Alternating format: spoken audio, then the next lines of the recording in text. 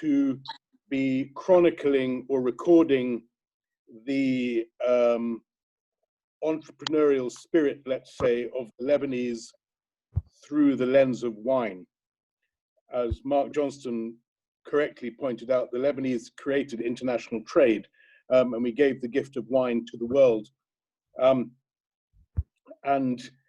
The reason we did that was because the situation at home in Lebanon or Phoenicia or Cana, whatever you wanted to call it back then, and whatever it was subsequently, the Holy Land, the Ottoman Empire, always forced the Lebanese to think on their feet and to travel abroad and to sell.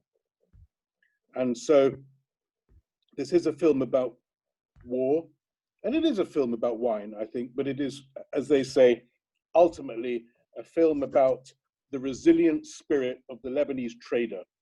And as far as this film is concerned, it is the winemaker, wine producers. And I'm really happy today that George Sara is here with us. George is a co-owner of Chateau Ksara. It's just a coincidence that his name is Sara and the winery is called Ksara with a K.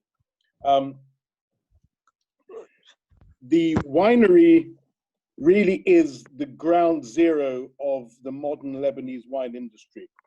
Yes, the Lebanese have been making wine for 7,000 years. Yes, the Phoenicians gave the gift of wine to the world. But when we talk about the modern Lebanese wine industry, and we see how Lebanon is by far the most advanced Arab country with a wine industry, part of that is due to the founding of Chateau Ksara in the mid-19th century, 1857 to be exact. The winery was founded by the Jesuit missionaries who had set up shop in the Bekaa, and the Jesuits are not just men of God, they're scientists as well, and agriculturalists. And quite simply, one day they decided to make a dry wine like they would be drinking at home in France or in Belgium or in Holland or Germany, where they tended to come from.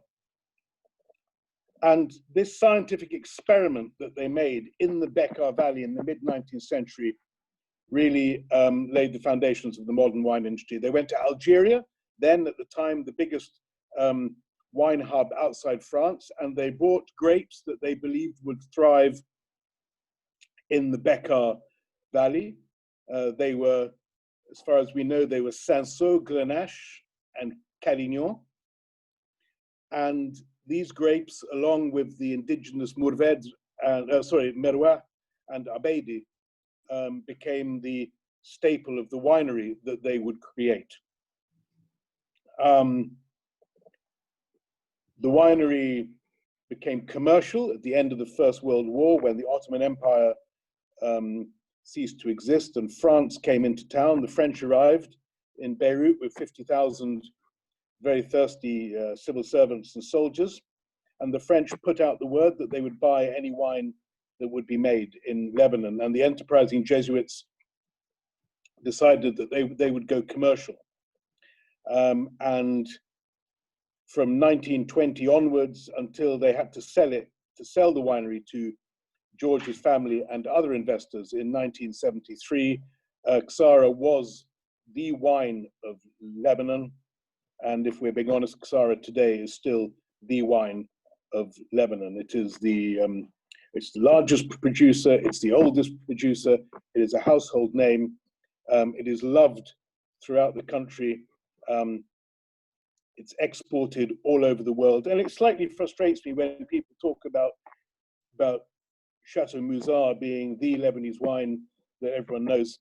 Yes, that's true. It is very, very famous, but Chateau Ksara is the wine that the Lebanese drink, if you want, and that's why it's a pleasure to have George here. He's a young man from a very, very old company. And I want to start, George, by bringing the audience up to speed on what's happening in Lebanon today. We all know that the world is facing a global pandemic, which has put the brakes on many, many economies across the globe. But I think that a lot of our audience today would be surprised to know that, or they didn't know, that Lebanon is fighting a second enemy. You're fighting a second front, in the sense that Lebanon is in the midst of a very dire financial crisis. Inflation is running at nearly 200%, and we're close to doing a Venezuela. This came about by the results of a popular revolution which began in October, and there have since been capital controls. So could you just bring us up to speed on what life is like in Lebanon at the moment, and then move on to how it has affected Chateau Ksara and what Chateau Ksara is doing to combat these two crises? Thanks, Mike. Hi, everybody. I'm very happy to be here. Thank you very much for Mark and Mark to host me today. It's very true, Michael, what you're saying. I think if I wanted to sum up in one word, Chateau Ksara is a resilient company. It's been around since 1857. As Mike mentioned before, it's been through a French mandate, an Ottoman Empire. It's been through 2 world wars. It's been through a 2006 war between Israel and Lebanon, where we almost didn't harvest. Fast forward today, since the 17th of October 2019, we had riots on the street, and ever since there's been capital controls in banks whereby we don't have access to our money. And that's very frustrating, because in the wine industry, the tiny wine industry of Lebanon that produces 10 million bottles annually, we need to import all our bottles, we need to import all our corks, we need to import most of our vines, we need to import our labels and so forth. And all this requires something called fresh funds. What is fresh funds? Fresh funds are basically dollars that you can transfer to your suppliers to be able to import basically the 45% that represent your physical bottle of wine.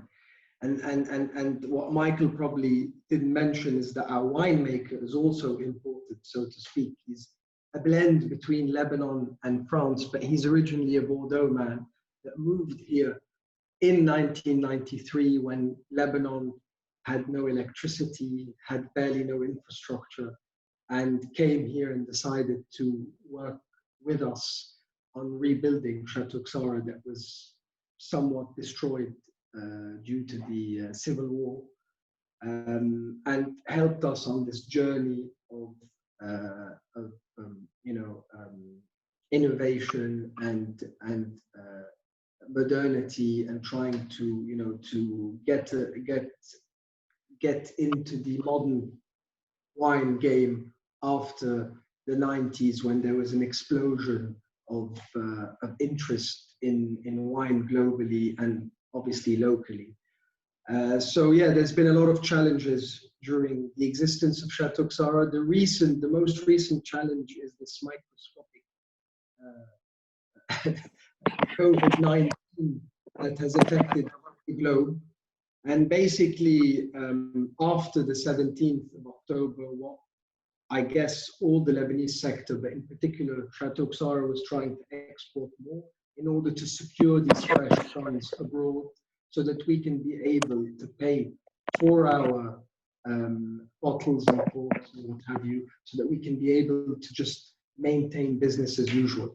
So to answer your question, our double whammy now is the problem, the economic crisis we have here in the capital controls, and the COVID-19 that has halted all exports towards Europe and the US and the rest of the world. George, your company has a very strong track record, if you don't mind me saying, in coping with adversity. Your cousin George Sara founded it, was the first general manager in 1973. He was kidnapped several times during the Civil War, going backwards and forwards from the winery. He was subjected to mock executions. Your current export director was also captured by the Syrians and was thrown in jail. You yourself were around in 2006 during the summer war.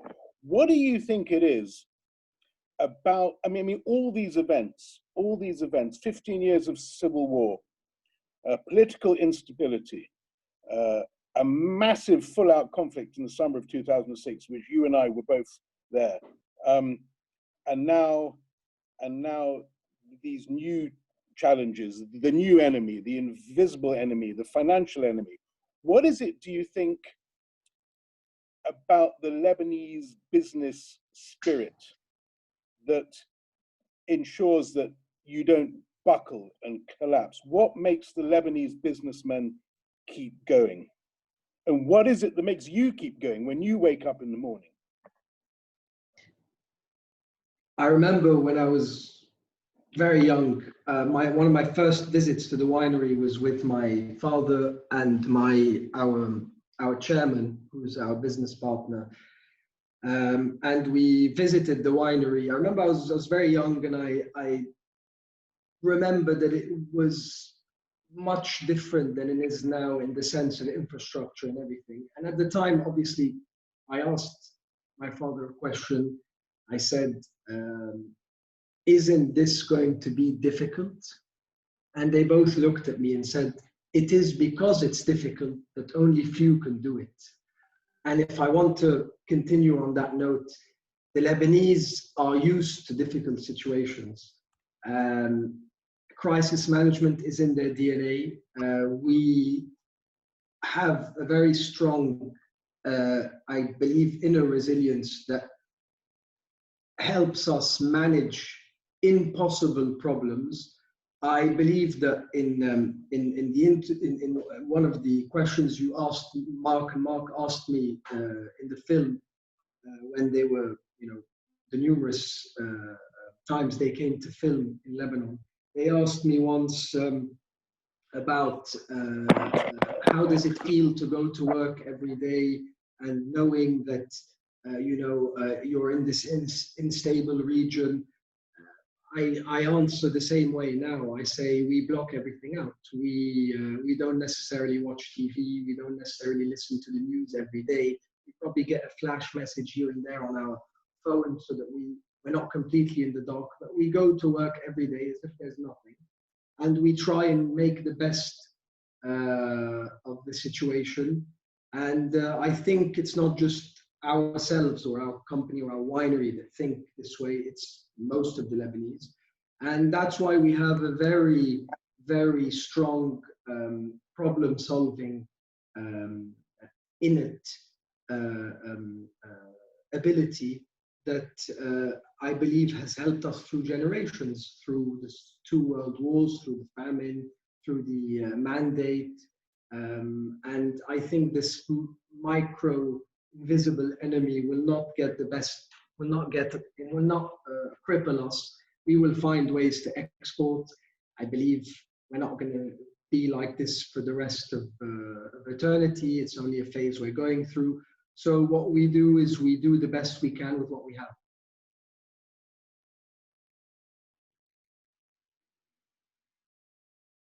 Michael, you're muted. You're muted. Yeah, George. Yeah. Okay. We talk about the twin challenges that you're facing, but we forget there's a third, because you operate, Chateau Ksara is in the Bekaa Valley, and the Bekaa Valley, as well as being Lebanon's wine hub epicenter, a place that has been associated with the grape and the vine for thousands of years. Most recently, or in the last 50, 60 years, the Bekaa has had a reputation for being quite a shady area, for harboring groups, militias, what people have referred to as terrorist organizations. It's quite a lawless land. Recently, in the mountains that separate the Bekaa from Syria, there was ISIS were camped up in the hills. The Lebanese army was waging a low-intensity war against ISIS. I mean, people want to know, what is it like to make wine in the Bekaa? What is the reality of winemaking in the Bekaa when it has such a dangerous reputation? Don't believe everything you read. The Bekaa is a beautiful place. You know it very well, Michael. We have a wonderful microclimate. Lebanon was once called Switzerland or Paris of the Middle East. I still like to believe that we are, because we have beautiful scenery, we have great gastronomy, we have fantastic wine. We are very lucky in the sense that you probably think that you don't have everything in the world, and by saying this, I talk about stability throughout history. But we do have one thing, and one thing for sure is that we have the land, we have the microclimate, we have the know-how, we have the resilience and the ability to overcome any situation. And I believe that blend, that mixture, is Lebanon in a glass or in a bottle. And this is all I can say on this point. It's a beautiful country, even though people, I mean, Mark, before they came to Lebanon, they heard things, they probably came, they were skeptical, but when they lived in Lebanon, when they tried the food, when they broke bread with people there, when they got to know the people, they saw a different side, they saw a beautiful side. And beauty is not always something that you can see from afar. You need to go, you need to touch it, you need to feel it, you need to, and I believe we've got all the elements for success, and we have been successful so far. I'm talking about the wine industry. Chateau Ksara wouldn't have lived from 1857 to date if there wasn't a minimum for you to succeed. George, in 2006, when we had a very bloody and brutal month-long war with Israel, James Palget, your French winemaker, was out of the country at the time when the first open salvos of that conflict were fired. James, who's been in Lebanon for a long time, 25 years, more than 25 years, and I think he's even taken Lebanese nationality. He was very, he wanted to get back, but the airport was closed. How did he get back? Can you? Well, this is a perfect example of getting things done and getting on with your day. The war ignited in 2006, and we thought that we weren't going to harvest, and we hadn't missed the harvest until. It was in June, wasn't it? It was in June 2006. It was in July, and what happened was there was no way to get to Beirut, because at one point all the infrastructure was destroyed to be able to get to Lebanon. Airport, you couldn't get to Lebanon by sea, etc. So James calls me up, and I was in Damascus at the time, and because I had to leave at some point. And he says, I need to get back to the winery. What do? I said, James, it's impossible to get to the winery. He said, no, I need to get to the winery. I need to harvest. It's impossible. You need to find a solution. And I told him, James, there is no solution. You can't go and you can't harvest. And if we miss this harvest, well, we miss this harvest. What can we do? We need to live day by day. And so I remember this very well. It was miraculous. We got a ticket at the last minute because a lot of people were flying into Damascus airport, and he flew in. And by sheer luck, the war ended the next day. So he got in a picked him up in a taxi. We drove up to the Lebanese border, and then the taxi stopped, and I told him, sorry, I can't continue with you. He picked up his Samsonite black bag. He walked down the crater to the other side. The car came and picked him up from Ksara, the winery, and took him straight to harvest. So that's just, that's what you were talking about before, us getting our, excuse my French, shit done and getting on with our day. And so that's why when you live in this part of the world, you have to take everything day by day. You have to give things time. You have to find the time to think and to reflect and to solve problems that probably a Burgundy winemaker doesn't have every day, or a winemaker in the US doesn't have every day. You have to bear in mind that we have all the problems that any other winery could encounter, having probably a bad year where you know, half your crop goes, having a problem with your oak, having a problem with your oak barrels, having a problem with your vines, etc. Add to that the problems of having a war at any second, your borders closing, the banks closing in your face, capital control. We just get on with it. We get on with it. We're optimists. We're born optimists. We just get on with it. And what's the 2006 vintage tasting like? It's a beautiful vintage, and I'm very happy that we didn't miss it, because it's one of the best vintages we had, and it would have been such a shame not to have tasted it, or not, if it didn't see the light of day. We always, when we go to tastings around the world, we mark the point by putting either a red or a white aged wine of 2006 to actually highlight the importance of this vintage. And we call it the vintage that almost never happened. It's funny, I was with, in 2011, I was with Oz Clarke, the famous British wine critic in Lebanon, and we were at Ksara, and Eli Mahmadi showed him the Chateau 2006, and Oz, who waxes lyrical at the best of times, and I'm not sure how much he'd been drinking that day, but he said that he could palpably feel the tension in the wine. So yes, there we go. At this point, I want to open the Q&A to the floor. Anyone want to ask any questions?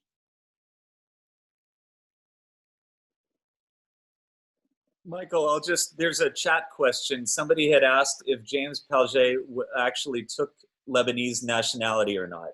George, could you answer that? Yeah, he did actually. James came to Lebanon in 1993, and he never left. My father gave him 2 weeks, and he ended up staying all this time. So we must have done something right, and he must have fell in love with the country, even though it wasn't in the most ideal conditions. Again, I repeat, there was no electricity in the Bekaa. When he arrived from Bordeaux, there was no electricity. He had to go out, put some gas in his generator, turn the generator on so that he could heat the water, take a shower, and go to work. Fast forward to a couple of years ago, every couple of years, the Lebanese government grants the nationality to certain people that they claim deserve it. And I believe that they thought that his service in excellent winemaking for years and helping to put Lebanon on the map internationally, he deserved to get the nationality. So him and all his family got the nationality. His children actually speak Arabic. They actually read and write Arabic maybe better than me. They went to schools where they learned both languages, and I'm very happy for him, and he deserves it.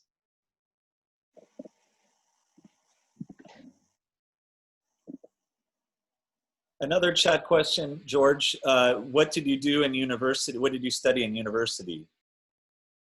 Myself, I read economics and marketing at university, and I kind of fell in love with this part of the business because I used to go as a child to the winery, ask questions, do the harvest in summer, help with the wine blending, or at least the tasting of the wine before it was blended, and so forth. And that's how I fell in love with this part of the business. And I learned the ropes, so to speak, as I worked alongside different people in the winery and in the commercial side as well. One of my biggest teachers was James, obviously, who taught me how to taste wine and how to appreciate wine and how to understand that wine starts in the vine and then it goes into the bottle and not the other way around.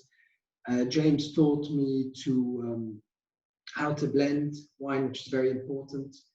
And our export manager that Michael mentioned, who's also our ex-winemaker, and then he went to the commercial side, taught me how to fly the flag. Yeah, I read business economics at university, and then I learned the ropes as I went along.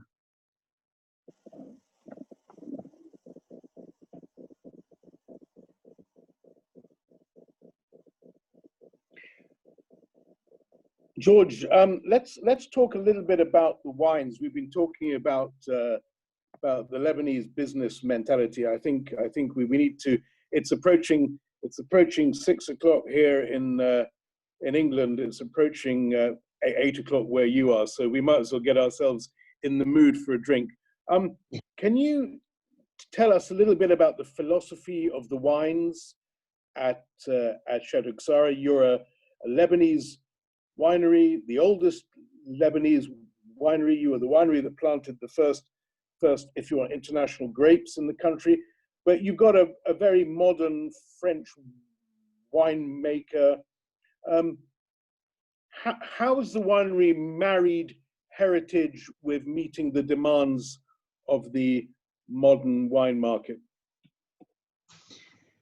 Well, during the Civil War, when my family and the other partners bought the winery from the Jesuits, it was mainly Cinsault, Grenache, and Carignan that was being blended in the wines. And I think that if we want to talk about phases, Lebanon went through a phase where they wanted to put themselves on the map, so they had to follow the trend globally. So the trend globally at one point was Bordeaux blends, maybe Rhone blends, etc. So we started slowly but surely when James Palget came in 1993, planting Syrah, Cabernet Franc, Merlot, Petit Verdot, Sauvignon Blanc, Chardonnay, and so forth. And then slowly but surely that obviously changed or tweaked the way we used to make wine, and it gave birth to new wines that came into the family. So before we had simply one range of wines, which were called the Clos Saint-Alphonse, which were red, white, and rosé, and that was it. We had a Vieux Millésime, which was a little bit more sophisticated, that was Cinsault and Grenache, basically, that were oaked a little bit longer, and then we used to lay them to rest. We've still got these bottles in the cellars now. We guard them jealously. But that said, we decided to move out of this traditional way of winemaking, and we started making single varieties of Cabernet Sauvignons. We started blending Syrah with Cabernet Franc and Cabernet Sauvignon. We even decided to stick some Sauvignon Blanc with some Semillon and put some Chardonnay in there as well, because we're not in Bordeaux and we're not bound by any laws.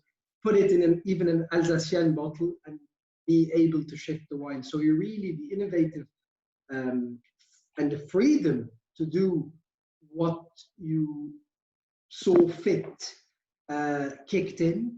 And then we saw icons like Réserve du Couvent, Sunset, Blanc de Blanc, who are now household names in Lebanon and across the globe, also with Lebanese that live abroad and have this sort of nostalgia and want to remember what they used to drink when they lived in Lebanon, etc.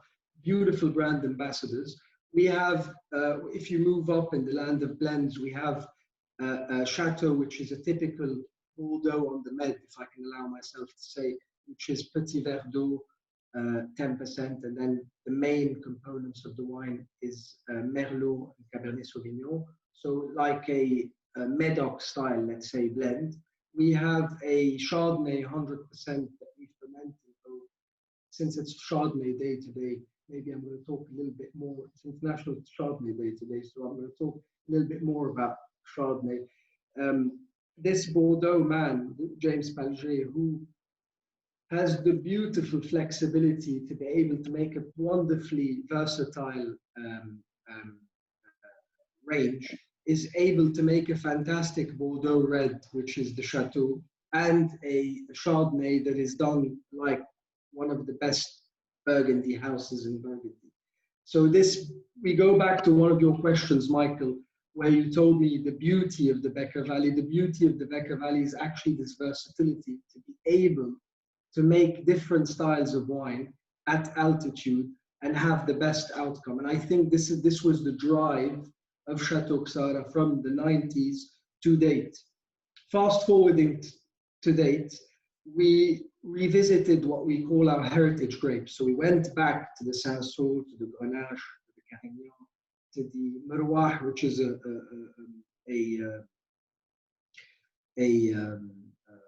indigenous grape to Lebanon, white grape. And we decided to create heritage wines that start with our Prieuré, which is a Cinsault Grenache Carignan blend in the traditional Jesuit concrete tanks that we have now. We make now 100% Carignan old vine that is beautifully fruit-driven and that is unoaked. And we also did a 100% Merouah, which is a 100% indigenous grape unoaked. So we call these wines our terroir-driven wines. And we want people to really taste the fruit of the Bekaa, so to speak. So in that sense, we have a beautifully versatile range that pleases all palates globally and locally. And I'm proud to say that we have managed to also touch on every price point, because a lot of people around the world and locally are also price sensitive. So Chateau Ksara is available for the person who doesn't want to spend that much and enjoy its bottle of wine, to expensive wine if he wants to go out and spend a little bit more. So I think we've got a question from New York. I've seen. How many wine categories or something? I read it very quickly. I didn't catch the.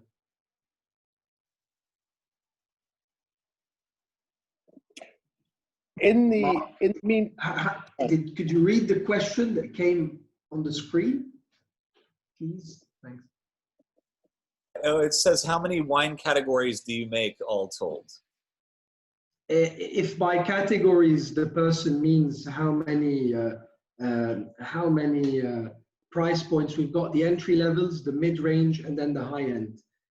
Obviously, in the entry level, it's the same prices, middle range also, but when you go up to higher end, there's different qualities of higher end, so the price keeps going up depending on the wine. So I'd say we have 4 categories, 4 to 5 categories of wine. We're coming to the end now, and I would just like to share an experience. There's different qualities of higher end, so the price keeps going up depending on the wine. So I'd say we have 4 categories, 4 to 5 categories. We're coming to the end now, and I would just like to share an experience. There's different qualities of higher end, so the price. Hello, I think we've lost something. No, it's fine. Go ahead. It was just, I think, a recording. You know. Okay.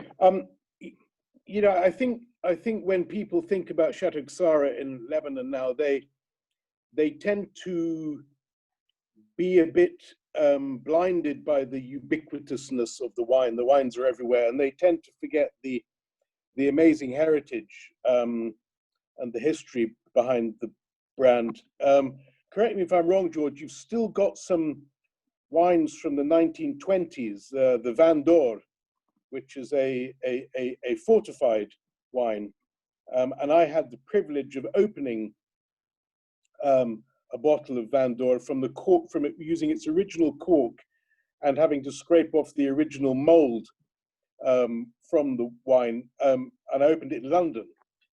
And it was an absolute privilege to open a bottle from the 1920s, to smell the air when the cork came out from that period, and to taste a wine that was still very, very much alive, absolutely delicious. And I think it reminded me at that point, if I ever needed reminding, that your winery is an icon.